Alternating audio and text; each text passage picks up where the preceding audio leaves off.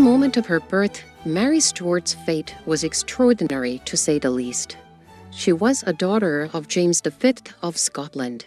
James V did not have any offspring from his first wife, Madeleine de Valois, who was the daughter of François I of France. His second wife was also French, Marie de Guise, from the powerful Guise family that will later play a large part in the French War of Religion. Marie gave birth to 2 sons, but both had died in infancy before Mary's birth.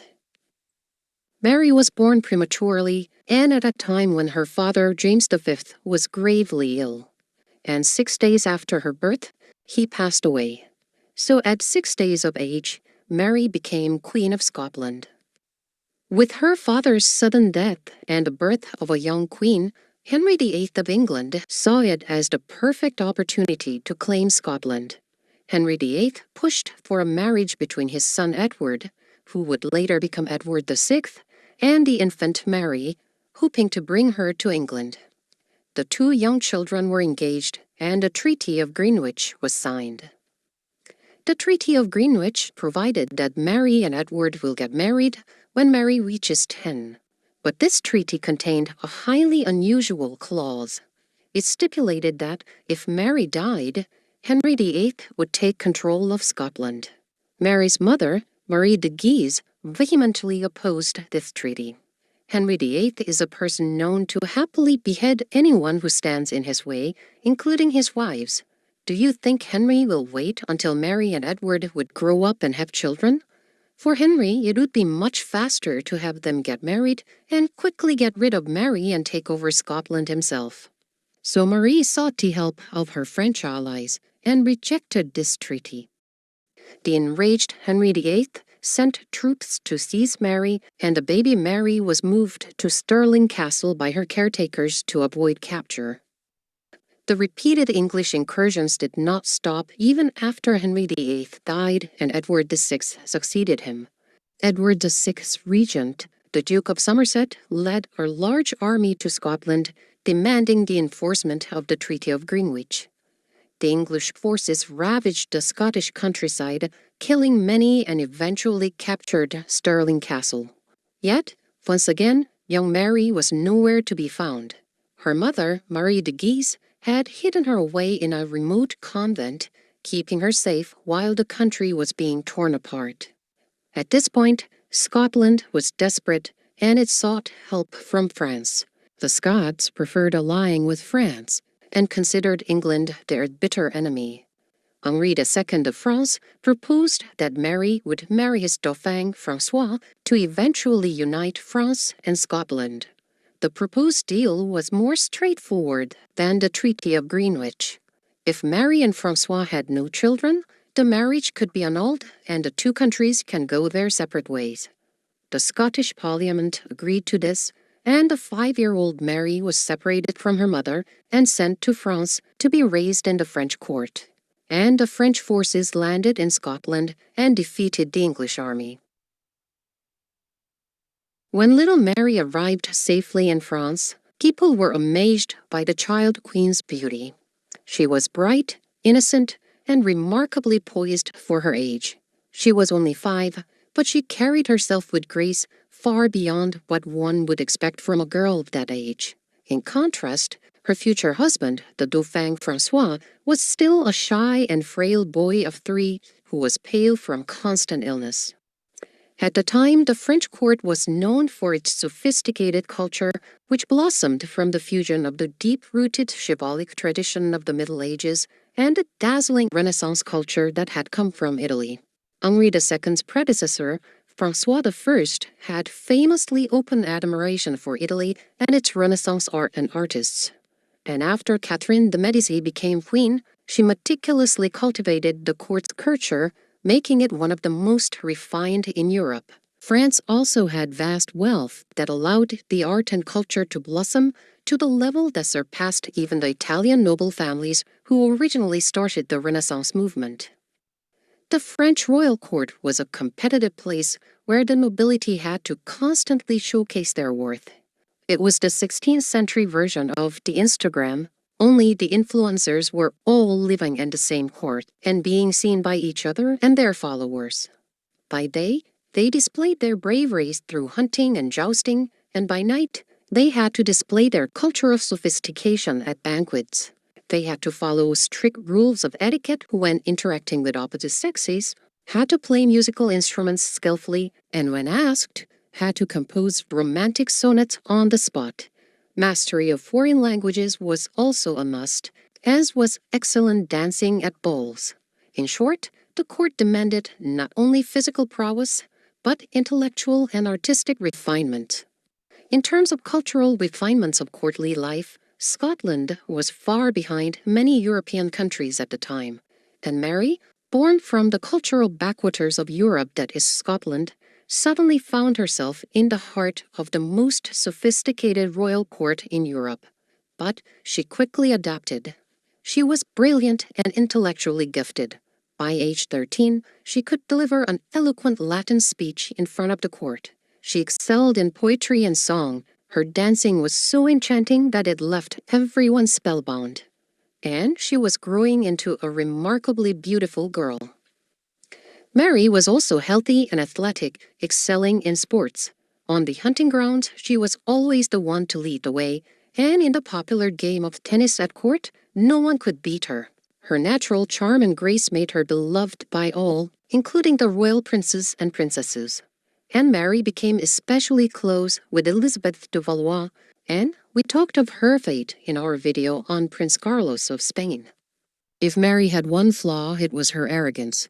She was a queen practically from the moment she was born, and then was the fiancée of the Dauphin of France. Although she had to be moved around to avoid the English army in her young age, she hardly remembers any of those. She was too young back then. And even then, she was raised under the protection of the adults around her. She was never exposed to real suffering or difficulty. And as she grew older in French court, her beauty, talent, and the constant praises she received only fed her sense of superiority. A story suggests that, once in a careless moment, Mary insulted her mother-in-law in front of the court, saying that she came from the line of kings going back 1,000 years. Catherine, who was a daughter of a merchant, was not one to forget such slights. She would hold on to this incident for years to come. On April 24, 1558, Mary's wedding finally took place in a lavish ceremony. But there were darker plots forming, particularly from Mary's maternal family, the Guise. 3 weeks before the wedding, the Guise family pressured Mary into signing a secret treaty. The contents of the treaty were outrageous. If Mary died young or without heirs, the thrones of Scotland, England, and Ireland would fall to France. Now, even France knew this was an absurd agreement, as Mary had no authority to decide such matters, and neither Scotland nor England would ever recognize it. The treaty's purpose was less about actually forcing Scotland to fulfill the terms of the treaty, but more about creating rooms for future disputes that can be used by France. But the real tragedy was that Mary had signed the document. This act would later haunt her after she returned to her own country. But for now, fate took a different turn. In 1559, Henri II, Mary's father-in-law, tragically died in a jousting accident in a tournament held to celebrate the marriage of Elizabeth de Valois to King Felipe II of Spain. His death meant Dauphin François was now King François II, and the 17-year-old Mary became Queen of France. Her mother-in-law, Catherine de Medici, would have taken on the role of regent, but the Guise family interfered, and Cardinal of Lorraine, a member of the Guise family, became the regent. But not long after, things changed again. The very next year, in November 1560, Mary's husband, François II, was suffering from rapidly deteriorating health. His body was ravaged by a spreading infection, something he had been battling for a long time. His health worsened until, after a long battle, he passed away. Mary is said to have worn white mourning cloth, and she still looked beautiful even in grief. She genuinely mourned her husband's death, And it was not just because how it would affect her own position. Their relationship was unlike any other. They grew up together, knowing that they were intended for each other. They had been childhood playmates before becoming husband and wife, and their bond was built on years of affection and closeness. While Mary was immersed in her sorrow, her brother-in-law Charles inherited the throne at the tender age of 10, which naturally shifted the power dynamics in France. Catherine de' Medici, the Queen Mother, became the regent for the young king, forcing the once powerful Guise family to step back. Meanwhile, as if her grief weren't enough, news survived that her mother, Marie de Guise, had passed away in Scotland, prompting Mary to make her way back to her homeland. But she dreaded returning to the gloom of Scotland and longed to remain in the French court. But her mother-in-law, Catherine, had no intention of granting her request to stay. At the same time, Mary, one of the most attractive young queen in Europe, had suddenly become single. She became a highly sought-after match across Europe. Kings and princes sent proposals eager to court her, including a marriage proposal for Felipe II's son, Carlos. But Catherine rejected all these offers on Mary's behalf. Was it all because of the alleged insult Mary made to Catherine? Some also say Catherine resented Mary because, even from a young age, Mary took precedence over her own daughters because she was a queen, and the insult was a straw that broke the camel's back. While that would make a more dramatic story, the reality was not quite. Rather, the ever-shrewd Catherine was likely trying to prevent Scotland from falling into the hands of another country, and definitely not of Spain. Having Mary to wed her next son, Charles, might have kept the French influence on Scotland, but at the time, Catherine was engaged in a power struggle against the Guise family. Having Mary to wed another one of her sons would only further the Guise family's influence, and that's not something Catherine was willing to tolerate. So Marie de Guise's death was a good excuse to send Mary off to Scotland, and with her, the Guise influence on the French crown.